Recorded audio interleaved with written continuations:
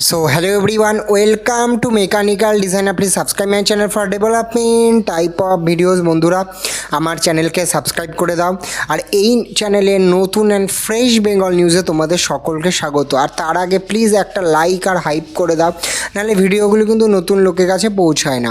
তো প্রথম যে বড় খবরটা আসছে বেঙ্গল নিউজে, সেটা অবশ্যই অমিত শাহজি কিন্তু ভারতবর্ষ তথা পৃথিবীর one of the largest curd manufacturing plant সাকরাইলে আমুলের কার্ড মানে আমুলের দই ম্যানুফ্যাকচারিং প্ল্যান্ট, সেটা কিন্তু যে ফাউন্ডেশন লেইং স্টোন সেরিমনি আছে সেটাতে কিন্তু উনি এসেছিলেন। এর মাধ্যমে কিন্তু পশ্চিমবঙ্গ পুরো দেশের ইনভেস্টরদের কাছে একটা বার্তা দিল যে পশ্চিমবঙ্গের কি পোটেনশিয়াল আছে, পশ্চিমবঙ্গ কিভাবে নতুন করে এই নতুন সাম্প্রতিককালে এই শিল্পে নিজেকে দেখতে চাইছে। তারপরে যদি একটা বড় খবরে আসি, সেটা অবশ্যই পশ্চিমবঙ্গে কিন্তু একের পর এক চটকল, সাথে চা বাগানও কিন্তু ওপেন হচ্ছে। এখানেই দেখতে পাচ্ছি প্রায় 150 বছর পুরনো যে মানে নট অনলি চা বাগান, অন্যান্য ধরনের ফ্যাক্টরিও কিন্তু ওপেন হচ্ছে। তার সাথে সাথে যদি এয়ারপোর্টের কথা বলি, কল্যাণী এয়ারপোর্টের সাথে সাথে বালুরঘাট, মালদা, পুরুলিয়া, এই যে এয়ারপোর্টগুলো আছে এরা কিন্তু কেন্দ্রীয় সরকারের যে উড়ান স্কিম আছে, যার মাধ্যমে খুব কম খরচে ফ্লাইট কানেক্টিভিটি পাওয়া যাবে, সেটার আন্ডারে যুক্ত হতে চলেছে। তার সাথে সাথে আমরা যদি দেখি সিএম শুভেন্দু অধিকারী তিনি কিন্তু প্রায় 1000 নতুন বাস কিন্তু পশ্চিমবঙ্গে এই নেক্সট ইয়ারের মধ্যে চালু করতে চলেছেন। CM Suvendu Adhikari announces 1000 new buses for Bengal over next year. তো পশ্চিমবঙ্গের এই পরিবহন দপ্তরে কিন্তু প্রচুর পরিমাণে বাসের দরকার, কারণ এই দপ্তরটাই একমাত্র দপ্তর যার মধ্যে কিন্তু খুবই শর্টেজ আছে, যাত্রীদের খুবই সমস্যা হয়। তার সাথে সাথে আমরা যদি দেখি নতুন যে সরকার, তারা কিন্তু খুব তাড়াতাড়ি 55,000 কোটি টাকা যে সেন্ট্রালের প্রজেক্টগুলো আছে সেটাগুলোর কাজ এবং সেগুলো ইমপ্লিমেন্টেশনের জন্য কিন্তু খুব তাড়াতাড়ি নির্দেশ দেওয়া হচ্ছে। সুতরাং সব দিকেই, বিশেষ করে বিভিন্ন ধরনের নতুন শিল্পকে আকর্ষণ করার দিকে, তাদের সাবসিডি দেওয়া থেকে এবং বিভিন্ন ধরনের যে রুলস অ্যান্ড রেগুলেশন আছে, কারণ উইদাউট কোনো রুলস অ্যান্ড রেগুলেশন কোনো কোম্পানি কিন্তু ইনভেস্ট করবে না। তো সেই ক্ষেত্রে রুলস অ্যান্ড রেগুলেশনগুলোর ওপর কিন্তু খুব নজর দেওয়া হচ্ছে, কিভাবে সেই রুলস রেগুলেশনগুলোকে ঠিকঠাক করে করা যায়। তারপরে যদি আমরা দেখি একটা নতুন কোম্পানি এক্সকাভালুয়াউ বলে, এই কোম্পানিটি কিন্তু পশ্চিমবঙ্গে আবার চলে এলো। এই ধরনের নতুন নতুন অনেক স্টার্ট আপ বলুন এবং এই ধরনের আইটি এবং সার্ভিসেস কোম্পানিরা কিন্তু এক এক করে পশ্চিমবঙ্গে আগের বছর কেন গত 5 বছর ধরে আসা শুরু করেছে। তার সাথে সাথে এই যে গ্লোবাল ডেলিভারি সেন্টার বলুন, global GCC centre, global capability centre, এইগুলো কিন্তু পশ্চিমবঙ্গে একটা হটস্পট হতে চলেছে। তার কারণ এই যে জিসিসি গ্লোবাল ক্যাপাবিলিটি সেন্টার, এইগুলোর জন্য মেন যেটা দরকার সেটা হচ্ছে ট্যালেন্ট, আর পশ্চিমবঙ্গে ট্যালেন্টের কোনো অভাব নেই। সুতরাং কম খরচে ট্যালেন্ট পাওয়া যায় বলেই এখানে কিন্তু জিসিসির ক্ষেত্রে পশ্চিমবঙ্গ ধীরে ধীরে একটা হটস্পট হয়ে উঠতে চলেছে। তার সাথে সাথে বহুদিন পুরনো পশ্চিমবঙ্গ এবং কলকাতা বেসড একটি কেমিক্যাল কোম্পানি হিমাদ্রি স্পেশালিটি কেমিক্যালসের নাম তো সবাই শুনেছেন। তারা কিন্তু একটা কার্বন ন্যানো টিউবের ম্যানুফ্যাকচারিং প্ল্যান্ট কিন্তু তারা সেট আপ করতে চলেছে।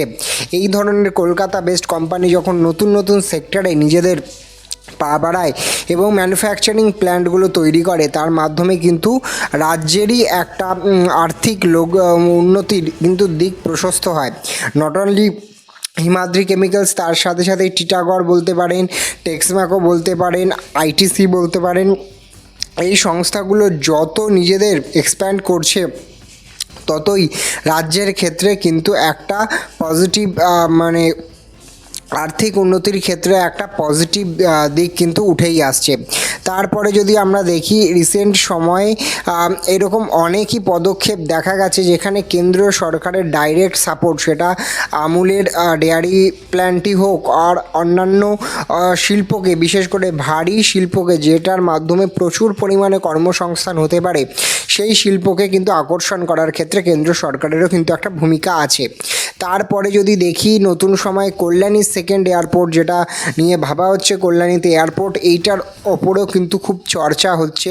সরকার বিভিন্ন ধরনের জমি খোঁজার কাজও করছে এবং সিএমের মুখেও কিন্তু এইসব ব্যাপারে শোনা যাচ্ছে। তো কল্যাণী এয়ারপোর্টের কী ধরনের আপডেট হয় এবং কল্যাণীতে যদি একটা এয়ারপোর্ট হয়, আপনারা জানেন কল্যাণীতে অলরেডি এইমস আছে, তো তারপরে এয়ারপোর্ট এবং এডুকেশন সেক্টর এবং কল্যাণীতে যদি আইটি সেক্টরের একটা উন্নতি করা যায়, তাহলে কিন্তু যেমন কলকাতার ওপর চাপটাও খুব কমবে, তেমন এই এরিয়ার কল্যাণী এরিয়ার নদিয়া, উত্তর চব্বিশ পরগনা এই অঞ্চলের মানুষের কিন্তু কর্মসংস্থানের ক্ষেত্রে একটা বিরাট ভূমিকা কিন্তু আমরা দেখতে পাচ্ছি। কারণ সকলের পক্ষে কলকাতা সেক্টর 5-এ যাওয়া সম্ভব নয়। সেই ক্ষেত্রে সরকারকে এই ধরনের investment industry, IT industry, service base ইন্ডাস্ট্রিগুলোকে আরও ডাইভার্সিফিকেশন করতে হবে, বিভিন্ন লোকেশনে তাদের রিলোকেট করতে হবে। তার মাধ্যমেই কিন্তু ওভারঅল যে এলাকা আছে সেই এলাকার মানুষের আর্থিক উন্নতির কিন্তু একটা উল্লেখযোগ্য, কারণ বিভিন্ন রাজ্যে, অন্যান্য রাজ্যে এই ধরনের অনেক কটা হটস্পট হয়, কিন্তু পশ্চিমবঙ্গে দুঃখজনকভাবে অনলি কলকাতার ওপরেই কিন্তু এই ধরনের অপরচুনিটি, জব অপরচুনিটির একটা কিন্তু প্রাধান্য আমরা দেখতে পারি। তারপরে একটা বড় খবর যেটা আসছে, অবশ্যই কলকাতা, আমি যেটা বললাম জিসিসি গ্লোবাল ক্যাপাবিলিটি সেন্টারের কিন্তু অফিস লিজিংও বেড়েছে। সুতরাং আমি বললাম যে যেমনভাবে এই ধরনের কোম্পানিগুলোর বেস বাড়ছে, তেমনভাবেই জিসিসিরও বাড়ছে। তেমনই মাসার্ক বলে একটা যে লজিস্টিক অ্যান্ড এরা কিন্তু কন্টেনারেরও কাজ করে, মেনলি লজিস্টিক কোম্পানি, তারা কিন্তু কলকাতায় তাদের অফিস খুলে ফেলেছে।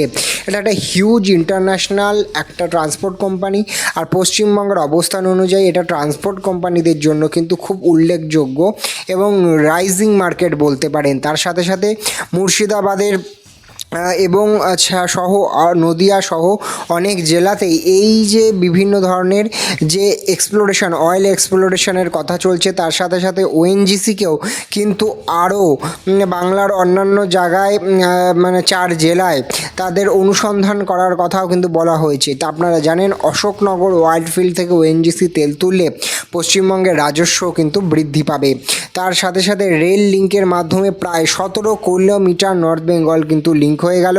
তার সাথে সাথে আমরা দেখতে পাচ্ছি সিএম শুভেন্দু অধিকারী বিভিন্ন ধরনের কাজ করছেন, সেখানে 50টা এসি বাসও তিনি কিন্তু আনার প্ল্যান করেছেন। তার সাথে সাথে অন্যান্য বড় বড় উল্লেখযোগ্য ভূমিকা, যেমন দেখতে পাচ্ছেন ট্রান্সপোর্ট সেক্টর একটা বিপুল একটা মানে ক্রান্তি আনার জন্য কথা ভাবা হচ্ছে।